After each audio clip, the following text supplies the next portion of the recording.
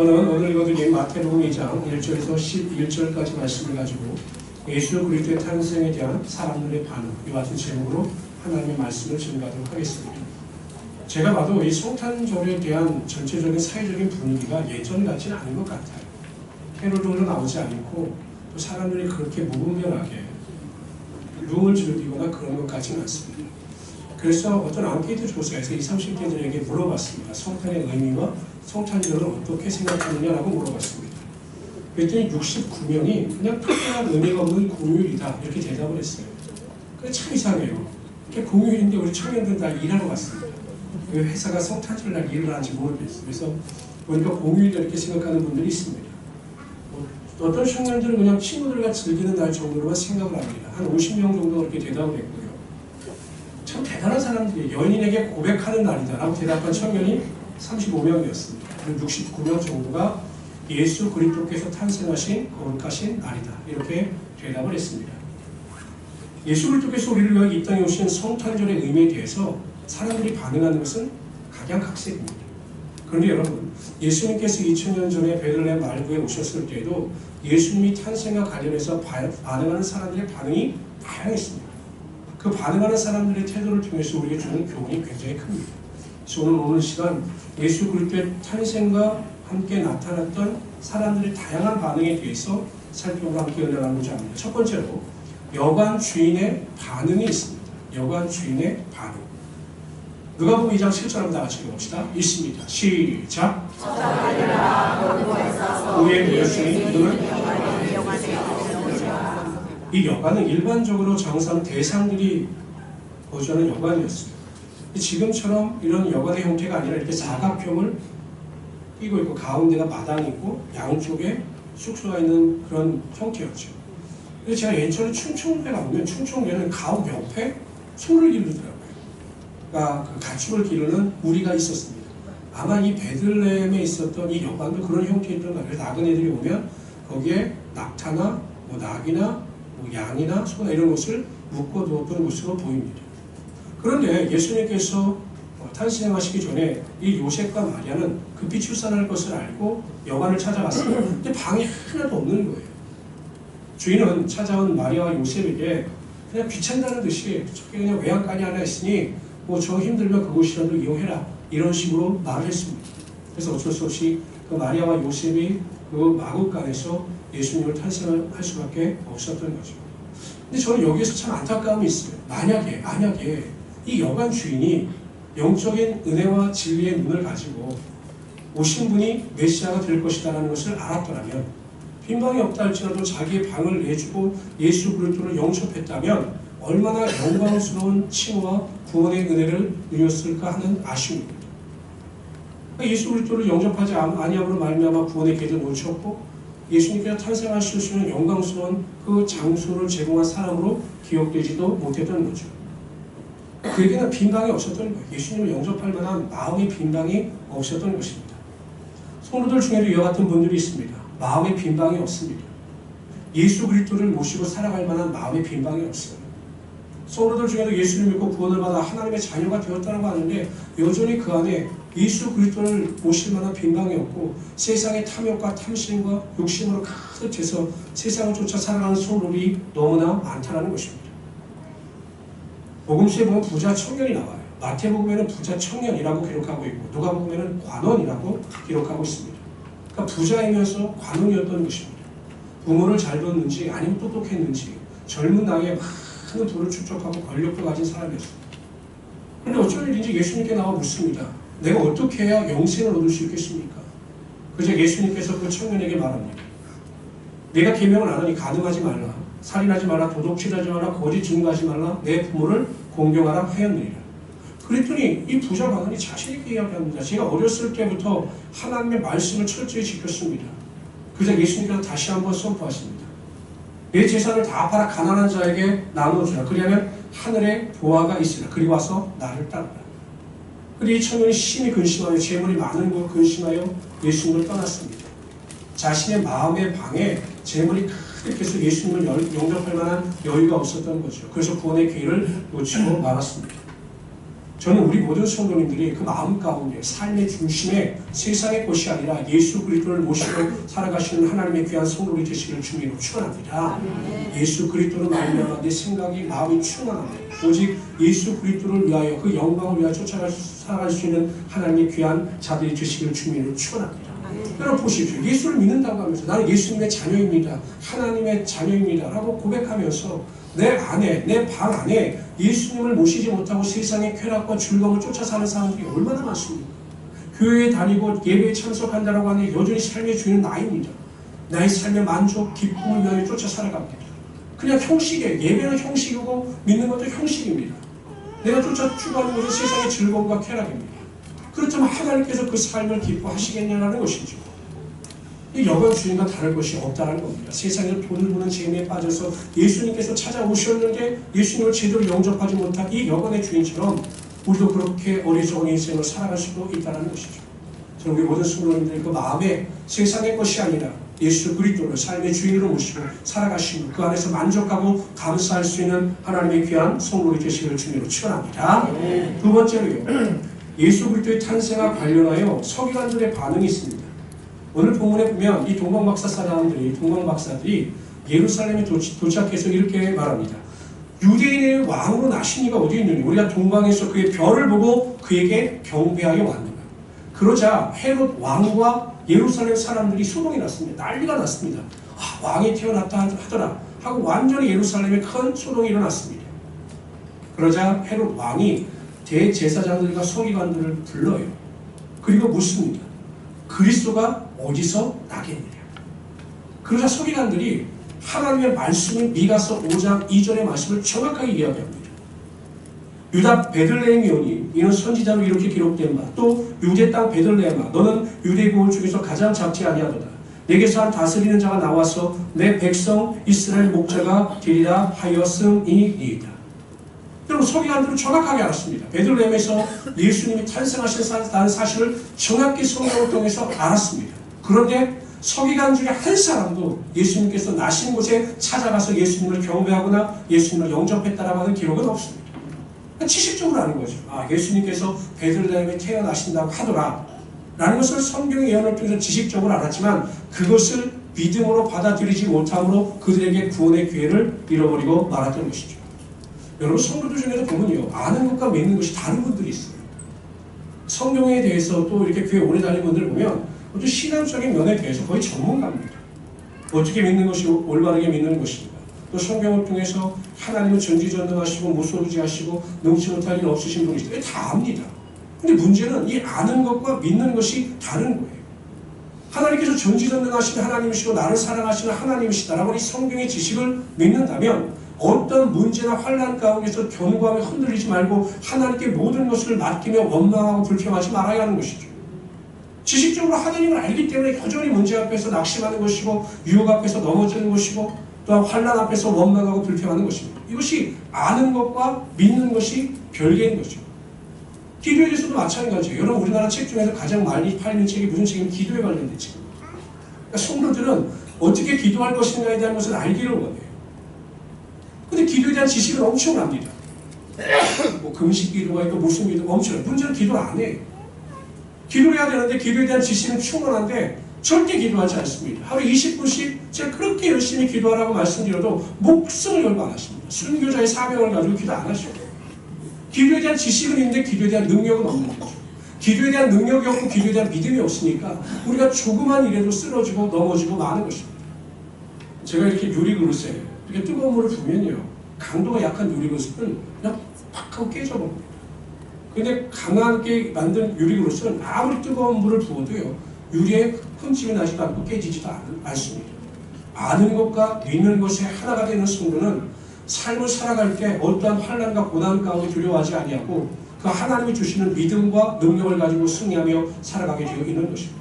그래서 사도 바울은 에베소서에서 이렇게 말씀하십니다. 다 같이 읽어봅시다. 시작. 우리가 다 하나님의 아들을 믿는 것과 아는 일이 하나가 되어 온전한 사람을 이루고 그리스도의 장성한 분량에 충만한 데까지 이르니라. 우리 지식과 믿음이 하나가 되어서 장성한 믿음의 분량, 이것이 그리스도의 믿음입니다. 그리스도의 장성한 분량이 충만한 데까지 이르자. 이것이 예수 그리스도의 믿음에까지 이르자. 이런 의미예요. 거기에까지 이르는 여러분 우리에게 능치 못할 일이 무엇이 있겠습니까? 저는 우리 모든 성도님들이 아는 것에 그치는 것이 아니라 서기관들처럼 아는 것에 그치는 것이 아니라 아는 것을 믿음에 적용하고 실천하시므로 하나님의 큰 권수와 능력을 맛보시는 하나님의 귀한 성도를 되시기를 주님으로 축원합니다. 세 번째로 예수 그리스도의 탄생과 관련하여 예루살렘 사람들의 반응이 있습니다.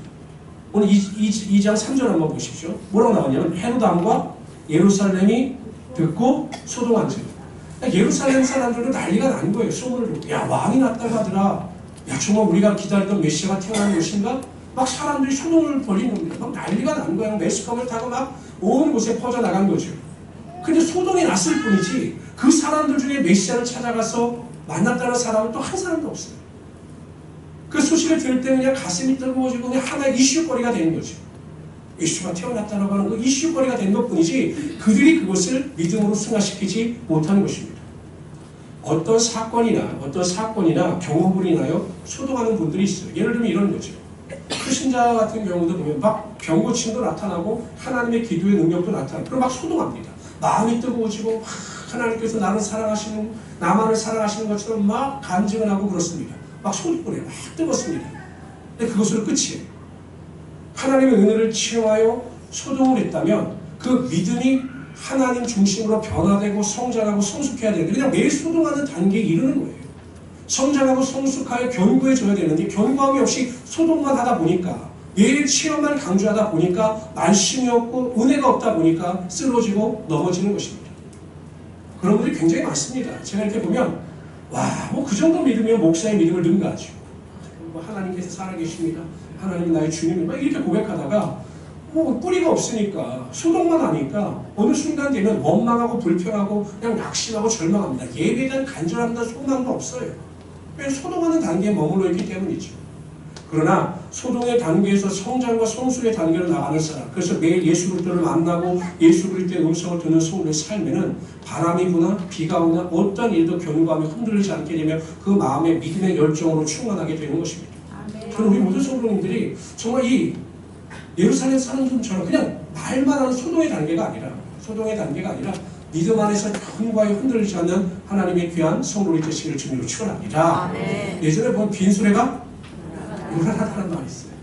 믿음이 성숙하고 성장한 사람들은 별로 말이 없어요. 어떤 일에 대해서 원망하고 불평하거나 뭐 이런 저런 말이 없습니다. 성숙한 사람들은 항상 하나님과 교제하고 그 안에서 만족함을 누리기 때문이죠. 네 번째로 예수 그리스도의 탄생과 관련하여 헤롯 왕의 반응이 있습니다. 헤롯은 예수 그리스도를 경쟁자로 생각했어요. 그럴 수밖에 없는 게 헤롯은 정통 유대인이 아니었어요. 여러분 그 에수의 족속인 에돔 족속이었습니다. 헤롯은. 그렇기 때문에 이 헤롯 왕은 어떤 그 컴플렉스가 있었어요. 근데 유대인 중에 왕이 났다고 하니까 이거 완전 자신의 경쟁자죠. 유대인들이 만약에 그 사람에게 마음을 빼앗기게 되면 자신의 왕권이 위협받을 수 있었기 때문에 이 예수 그리스도를 살해하기로 결심했던 것입니다. 요즘 여러분 중국이 난리가 났더라고요. 중국이 성탄 행사를 완전 금지하고 트리도 완전히 없애버렸어요. 제가 아는 선교사님도 추방당하셨어요. 추방 이렇게 선교사 잡혀가지고 추방을. 그러니까 시진핑이 그 민족주의를 주장하면서 이 종교, 기독교 신앙을 하나의 서양 문물로 간주하여 이 서양 문물에 물들지 않도록 그렇게 경계한다라고 하는데 참 아이러니하죠. 세계 크리스마스 추리 시장의 90%가 중국에서 만들어지고 있는데 오히려 중국은 그 크리스마스 자체, 성탄절 자체를 거부하고 있는 겁니다. 왜 그러느냐? 이 공산주의자들은 사회주의 국가는 기독교를 싫어합니다. 기독교 복음이 들어가게 되면 이 공산주의 유물사관이 여러분 공산주의 핵심이 무엇입니까? 모든 세계 중심이 물질이라는 게 물질. 이것이 기독교 신앙과 가장 배치되는 것이거든요. 기독교에서 강조하는 것이 무엇입니까? 세계 중심은 하나님이시라는 거죠. 그래서 시진핑이나 중국 사람들이 이렇게 기독교를 박해하고 있는 겁니다. 예수 그리스도의 탄생 자체나 예수 그리스도에 대해서 배격하고 대적하는 자들이 있습니다. 물론 그들이 이렇게 어리석게 행동하는 이유는 분명해요. 예수 그리스도를 구주로 영접하지 않았기 때문입니다. 예수님께서 이 땅의 유일한 구원자가 되시고 하나님의 아들 되심을 믿지 못하기 때문이에요. 그저 예수 그리스도를 4대 성인 중에 한 사람으로 아는 사람들은 때로는 예수 그리스도의 사상에 동조하지 않기 때문에 예수님을 반역하고 대적합니다. 저는 여러분이 꼭 기억하십시오. 예수님께서 이 땅에 오신 이유는 여러분들을 구원하시기 위함입니다. 그리고 오직 예수 그리스도만이 우리의 삶의 유일한 구원자가 되시는 것입니다. 아멘. 오직 예수 그리스도를 통해서만 구원의 은혜와 능력이 나타나게 되는 것이죠. 아멘. 이런 믿음을 가지고 예수님을 나의 삶의 유일한 구원자로 모셔드리면서 하나님께 감사하며 살아가시는 하나님의 귀한 성도를 되시기를 주님으로 축원합니다. 아멘. 다섯 번째로요, 예수 그리스도의 탄생과 관련하여 동방 박사들의 반응이 있어요. 이 동방 박사들이라고 하는 이 박사들을 헬라어로 보면 마고입니다. 마고이. 이 마고의 뜻이 천문학자라는 뜻이에요. 그래서 많은 학자들은 이 동방 박사를 점성술사로 생각을 합니다. 이들이 여러 3개월에서 한 4개월 정도를 걸어온 겁니다. 메소포타미아 지역에서 온 거죠. 대단하죠. 근데 이 동방 박사들이 가장 먼저 예수님 앞에 나와 한 것이 무엇이냐면 경배했다고 나와요. 2장 11절에 보면 집에 들어가 아기와 그 모친 마리아의 함께 있는 것을 보고 엎드려 아기께 경배했다 이렇게 나와요. 이 경배했다라고 하는 헬라가 프로스퀴네오입니다. 프로스퀴네오. 이것은 어떤 신이나 우위 높은 사람들을 경배하기 위해서 무릎을 꿇고 이마를 땅에 대는 행위예요. 옛날에 보통 전쟁에 패한 국가의 왕이 그 적군의 장수 앞에 항복을 의미할 때 한 행위가 이거였죠. 근데 프로스퀴네오라고 하는 단어가 요한복음에서는 예배하다라고 하는 단어를 씁니다. 요한복음 4장 24절에 보면 하나님은 영이시니 예배하는 자가 영과 진리로 예배할지라. 여기서 이 예배라고 하는 단어가 프로스퀴네오입니다. 그러니까 여러분, 동방 박사들이 예수님을 만나 가장 먼저 한 행위는 그 예수님께 대하여 예배를 하는 것입니다. 모든 것을 다 내려놓고 예수님께 예배하는 것입니다. 성도들은 성탄절을 기념해서 가장 중요한 것이 하나님이 원하시는 온전한 예배자의 모습을 가지고 하나님께 예배하는 거예요. 하나님께서 가장 기뻐하시는 것은 예배하는 자들이 신령과 즉 영과 진리로 예배하며 하나님께 영광을 돌리며 하나님을 높여드리는 것을 가장 기뻐하시고 즐거워하신다는 사실이죠. 여러분들 성탄절에 여기 왜 나오셨습니까? 왜 나오셨어요? 뻔한데 뭘 그렇게 주저하십니까? 예배하러 나오신 거 아니겠어요? 제가 들어보니까 제 아들이 이야기를 하는데 우리 아들이 다니는 교회는요, 그냥 성도들이 바쁜지 주일날 성탄 예배를 퉁쳤대요. 주일날 25일날 드려야 될 예배를 주일날 드리고 오늘 예배가 없다 이렇게 말씀하더라고요. 그러니까 워낙 바쁘니까 이제 성탄절날 25일날 모이지 말고 가족들과 그냥 지내라 뭐 이런 의미인 것 같다. 근데 그건 아닌 것 같아요. 성탄절은 우리를 위하여 이 땅에 오신 예수 그리스도께 대하여 감사하고 하나님께 대하여 온전히 예배를 드릴 수 있는 것이 성탄절의 가장 귀한 의미가 될 수가 있는 거죠. 그런데 여러분, 중요한 교훈이 하나 있습니다. 그들은 동방 박사들은 예수님께 나올 때 빈손으로 나오지 않았습니다. 황금과 몰약과 유황을 가지고 나왔는데 여긴 영적인 의미가 있습니다. 황금은 구약 성경이나 신약 성경에서 왕권을 의미합니다. 왕을 상징하는 것이 금이에요. 그러니까 이 동방 박사들은 예수님께서 만왕의 왕이심을 인정하고 그것을 믿음으로 받아들이는 거죠. 그리고 유황을 드렸다라고 하는 것은 예수님의 거룩함, 예수님의 신성에 대한 것입니다. 구약 제사에 보면 모든 것을 거룩하게 하는 것이 유황이었습니다. 그러니까 예수님은 육신을 입고 이 땅에 오셨지만 우리와 같이 죄 있는 모습으로 오신 것이 아니라 죄가 없는 모습으로 오셨다는 것입니다. 그리고 몰약은 보통 장사 때 시체를 닦을 때 쓰던 것이 몰약이에요. 장사하십니다. 그러니까 이것은 예수 그리스도의 죽으심에 대하여 상징적으로 묘사하고 있는 것입니다. 예수님은 만왕의 왕이시며 거룩한 하나님이십니다. 근데 그러한 하나님이 우리의 죄를 담당하시어 십자가에서 몸짓겨 피 흘려 돌아가실 것임을 암시하고 있는 것이죠. 왜 하나님이신 예수님께서 이 땅에 오셨습니까? 왜 육신을 입고 자기를 피하시며 종의 형체를 입고 이 땅에 오셨습니까? 우리를 살리시기 위함입니다. 만왕의 왕이신 하나님의 아들인 예수께서 이 땅에 육신을 입고 오셔서 우리의 모든 죄를 담당하시어 십자가에 달려 돌아가시기 위하여 이 땅에 오신 거죠. 예수님의 태어남의 목적은 살기 위해서가 아니라 죽기 위해서라는 거죠. 누구를 위해서요? 바로 저와 여러분을 위해서입니다. 예수님께서 이 땅에 육신을 입고 오셨지만, 그래서 십자가에 달려 돌아가셨지만 하나님께서 그를 모든 이름에 뛰어난 이름을 주사 모든 이름으로 그 이름 앞에 무릎을 꿇게 하여 주셨습니다. 저는 우리 모든 성도들 또한 그러한 은혜에 감사하시면서 항상 이 세상을 살아갈 때마다 만왕의 왕이신 예수 그리스도 앞에 감사와 찬양을 돌리며 살아가시는 하나님의 귀한 성도들이 되시기를 주님으로 축원합니다. 아멘. 여섯 번째로요, 예수 그리스도의 탄생과 관련하여 목자들의 반응이 있습니다. 누가복음 2장에 보면 목자들이 나와요. 그러니까 마태복음에는 동방박사가 나오고 누가복음에는 목자들이 나와요. 그래서 어떤 신학자들은 이 동방박사와 누가복음에 나오는 목자를 동일 인물로 보기도 하는 분들이 있는데 안 그럴 것 같아요. 왜냐하면 이 동방박사들은 바벨론의 메소포타미아 지역에서 온 사람들이고 이 누가복음에 나오는 목자들은 그 베들레헴 근처에서 양을 치던 사람들이었습니다. 근데 그들에게 나타나서 메시아가 나심을 천사들이 알려주죠. 그랬더니 목자들이 자신들이 치던 양을 다 버리고 예수님을 영접하기 위하여 달려갑니다. 여러분 생각해 보십시오. 목자들에게서 가장 중요한 재산은 양이에요. 만약에 여러분 양을 포기하고 예수님을 영접하러 갔다가 모든 양을 다 잃어버리면 그야말로 큰 낭패와 실패가 없는 것이죠. 가장 중요한 것을 포기하고 예수님을 영접하기 위하여 이 목자들이 달려간 것입니다. 베드로는 예수님의 제자로 살아가기 위해서 자신이 가장 소중히 여겼던 배와 그물을 버려두었습니다. 사도 바울은 예수님의 제자로서 사도로서 복음을 전도하기 위하여 세상 사람들이 가장 중요하게 생각하는 모든 가문의 영광과 모든 권력과 명예와 학문을 다 배설과 같이 여기고 버렸습니다. 여러분들은 과연 예수님을 위하여 무엇을 포기하고 무엇을 버리셨습니까? 과연 무엇을 포기하고 무엇을 버리면서 예수님을 쫓아 살아가고 계십니까? 근데 여러분 정말로 감사한 것은 무엇이냐면 이 베드로가 예수님께 대하여 묻습니다. 그러니까 부자 간원이 왔다가 그냥 그 시간에 돌아가니까 예수님께서 이렇게 말씀하셔요. 부자가 하나님 나라에 들어가는 것이 낙타가 바늘길을 통과하는 것보다 어렵다 라고 이야기합니다. 그러자 제자들이 이야기해요. 그럼 누가 구원을 얻을 수 있겠는가? 그래서 예수님께서 사람으로는 할 수 없으되 하나님께서는 모든 자들을 구원하실 수 있다라고 선포하십니다.